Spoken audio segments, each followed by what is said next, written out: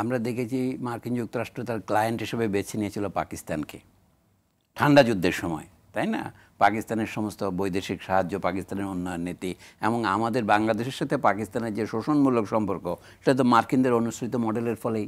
অর্থনৈতিক মডেল, আমরা বলে হারবার্ডের অর্থনৈতিক উপদেষ্টা কমিটি যেটা বলেছিল সেইভাবেই তো আমাদের দেশে বৈষম্য তৈরি হয়েছিল। একটা কথা আমরা আজকে আলোচনায় তুললাম না, সেটা হচ্ছে এই বাংলাদেশ শুদ্ধ এশিয়া মহাদেশের কোনো দেশে, মানে পাশের দেশ ভারতেও ব্যাপক কোনো গণবিক্ষোভ হচ্ছে না মার্কিন নীতির বিরুদ্ধে, গাজায় যাকে বলা গণহত্যার বিরুদ্ধে। আমাদের এখানে বামপন্থীদের ক্ষুদ্র একটি সংগঠন প্রায় 1000-2000 লোকের একটা মিছিল করেছিলেন 2 মাস আগে। এখন দেখলাম অধ্যাপক সিরাজুল ইসলাম চৌধুরী একটা আহ্বান করেছেন আগামী শুক্রবার একটা শিশু এবং নারী হত্যার প্রতিবাদে উনি একটা বিনীত প্রতিবাদ সভা রেখেছেন। হয়তো অতিরিক্ত উষ্ণতা দাবদাহের জন্য হচ্ছে না, কিন্তু ব্যাপারটা তা নয়। এই যে অর্থনৈতিক নীতিকে আমরা এখন বলছি নিওলিবারালিজম, যার কারণে আমাদের বিশ্ববিদ্যালয়গুলিতে আমরা ক্রমশ ছাত্রদেরকে রাজনীতির থেকে দূরে সরে রাখার দাবি তুলেছি। আজকে দেখা যাচ্ছে কি সমস্ত দেশে এইটা বলতে হবে, শুধু প্রধানমন্ত্রীর নামে জয়ধ্বনি দিলে তো চলবে না, সত্য কথা তো বলতে হবে। এই যে রাজনৈতিক বিরাজনৈতিকীকরণ হয়েছে আমাদের সমস্ত বিষয়ে, ছাত্রছাত্রীদের আমরা বলছি তোমাদের কাজ হচ্ছে লেখাপড়া করা এবং চাকরি সন্ধান করা।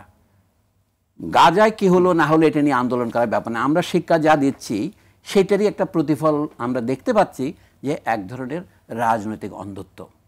অর্থাৎ এটা যেন গাজার ব্যাপার তো বিদেশি ব্যাপার, এটা তো আমাকে স্পর্শ করছে না। আমি একটু আগেও বলেছিলাম, ভিয়েতনাম যুদ্ধের সময় যখন মার্কিন সৈন্যদের লাশ আসা শুরু করলো, তখন সাধারণ জনগণের মধ্যে প্রতিক্রিয়া হতে শুরু করলো মার্কিন যুক্তরাষ্ট্রে। কারণ আপনার পরিবারের কেউ না কেউ আসতেছে, একটা বডি ব্যাগ আপনার থাকবে, অথচ তাদের মাত্র 50,000 লোক মারা গিয়েছে, ভিয়েতনামিদের 12.5 লাখ লোক তারা মেরেছে, সেটি নিয়ে প্রতিক্রিয়া হয় না। আমাদের এখানে একটা কথা ছিল বলে হয় ফিলিস্তিনিরা মুসলমান বলে আমাদের দেশের মুসলমানদের মধ্যে প্রতিক্রিয়া হবে, কিন্তু তা হয় না। ভিয়েতনাম যুদ্ধের সময় কলকাতায় বড় বড় মিছিল হয়েছে। এমনি 1991 সনে প্রথম উপসাগরীয় যুদ্ধ বা সাদ্দাম বিরোধী আক্রমণের সময় ঢাকায় 5 লাখ লোকের মিছিল হয়েছে। কিন্তু আজকে এই অবস্থা কেন? আপনি কি মনে করেন আপনি যা রোপণ করবেন তেমন ফলই পাবেন? আমাদের সমাজের চতুর্দিকে এখন নিউলিবারালিজমের নামে রাজনৈতিকীকরণ একেবারে বন্ধ হয়ে গেছে, অর্থাৎ বিরাজনৈতিকরণ। এখন রাজনীতি মানে গুন্ডামি, রাজনীতি মানে লুটপাট, রাজনীতি মানে চাঁদাবাজি এবং ছিনতাই। কাজে রাজনীতি যে নেই সেই জন্য সমস্ত কাজ প্রধানমন্ত্রী বললে হয়ে যাবে, আমাদের জনগণের আর কিছু করতে হবে না। এই যে জনগণকে রাজনীতি থেকে সরিয়ে রাখা, এটা কিন্তু দুর্ঘটনা নয়, এটা একটা পরিকল্পিত ঘটনা। আমি ষড়যন্ত্রের কথা বলছি না। আমরা যে রাজনৈতিক নীতি অনুসরণ করছি, যে মার্কিনমুখী নীতিতে আমরা একেবারে যাকে বলে মুদ হয়ে আছি, এটা তারই ফল।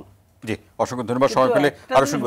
বলা দরকার সেটা হচ্ছে আমাদের এখানে একটা বেশ বড় সংখ্যক লোক কিন্তু ইন্ডিয়া দ্বারা প্রভাবিত হয়, এবং ইন্ডিয়াতে কিন্তু আমরা লক্ষ্য করেছি তারা কিন্তু ইসরায়েলিদের পক্ষে ব্লাইন্ডলি সাপোর্ট দিয়েছে। যদি আপনারা ফেসবুক এবং অন্যান্য মিডিয়া দেখেন, এবং তারা এই সময় ফিলিস্তিনিরা কাজ করতে পারছে না, এই জন্য ভারত থেকে শ্রমিক কিন্তু সরকার পাঠাচ্ছে ইসরায়েলে।